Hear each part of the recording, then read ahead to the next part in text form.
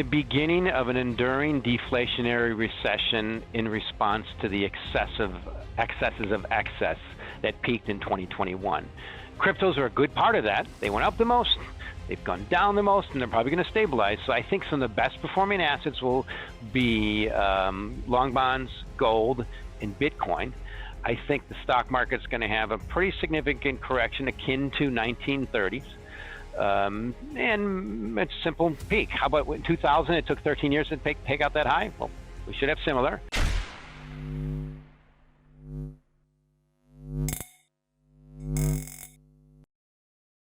Hey guys, welcome back to Library of Wealth. Today we have senior commodity strategist Mike McGlone giving us his market outlook for the stock and crypto market, as well as what we can expect from the Fed in the next few months. McGlone believes that the last quarter of 2022 will likely resume with a recession and pain points that mimic the crash of 1929.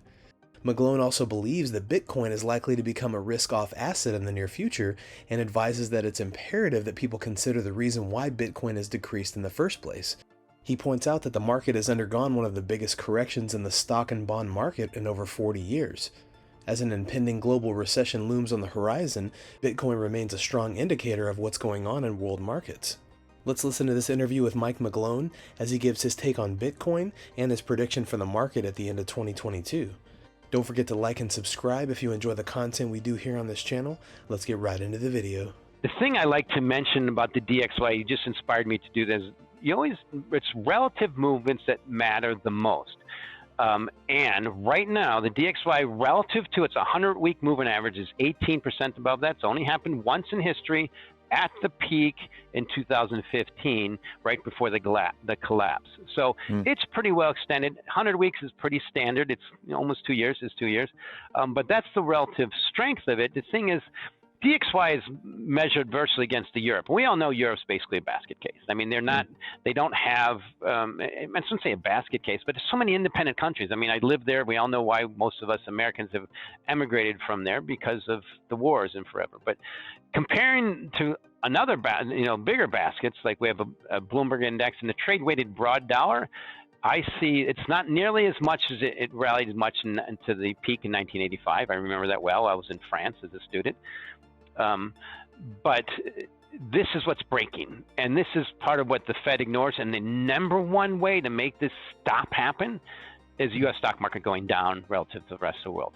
Yes, there's other things in the big picture, but that's been one of the key drivers over time, is the U.S. stock market outperforming the rest of the world. Now, yes, it might be a little bit lagging when people start taking their money out of U.S. assets, but where are they going to go? Honestly, okay, in the short term, even the bond market, it's the lesson I learned trading treasuries years ago, is there's no bond market in the world that's even close to the U.S. Depth,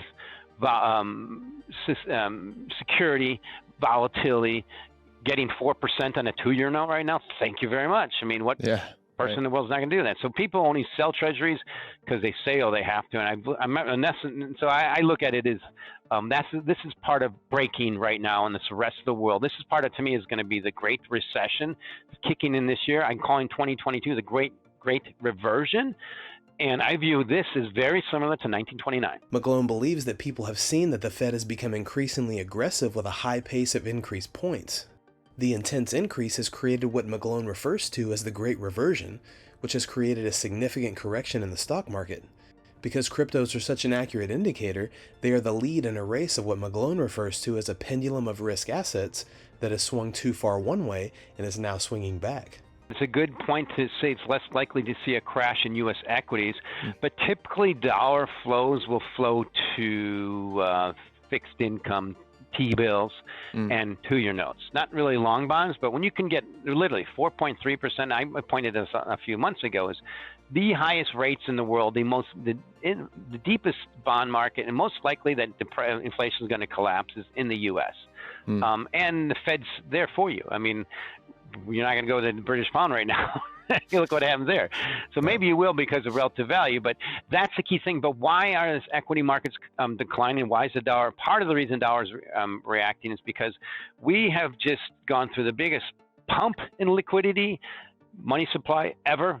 got like 26% ever. I mean, I go back to 1960, and now we're in the middle of the biggest dump. We're taking liquidity at the greatest pace ever. Now I'm only 60, which means risk assets have to go down. So it's that, that sugar high that every single time the market went down 20%, the Fed would ease is going away. So people get that. There's sellers up above in the equity markets. The mature long-term rational money managers understood this punch bowl is being taken away, and the party lasted for 40 years, so it's going to last a while, and it's very likely to head towards recession. But if you look at it this way, I look at it, if I'm an international investor, maybe some combination of U.S. equities, but I think long bonds are going to be some of the best performers. I've been wrong, but typically once this triggers, once we get that little flip, it's going to happen so fast.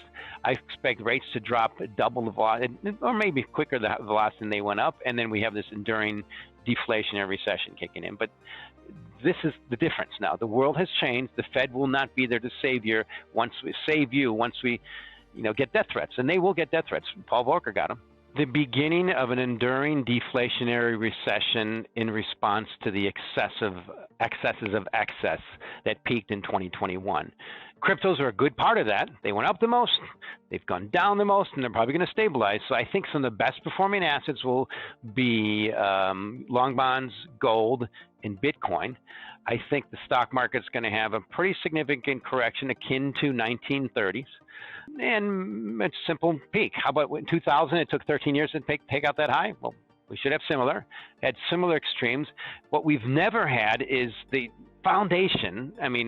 Foundation for virtually all dumps in history is going up too high on the back of easy money. We've just never had money this easy ever. Now, I'm not blaming anybody for that. Remember, it was only about a year ago we got vaccines, and there was a lot of fear out there.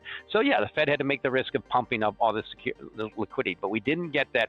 We had a blip of a recession. Now we're going to get a significant recession globally.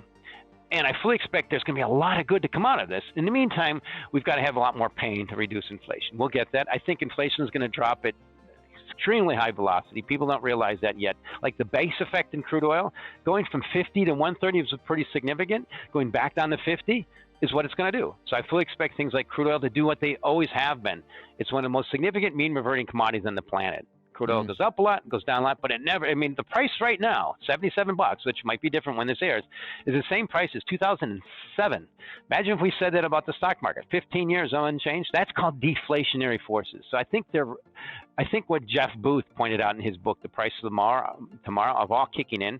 Hopefully you won't have a nuclear risk out of Russia, Ukraine. If that happens, it tilts the world to a more extreme recession. It boosts prices like grains and T-bills, and who knows how bad that can get. But to me, that's my base case, and I don't see anything to stop it at this point. Now, the key thing is when I mentioned this September, when I mentioned this 9 months ago, people use the idiot factor on me. Now it's less the idiot factor, and it's just pointing out facts of history. So I think gold's going to come out of this head.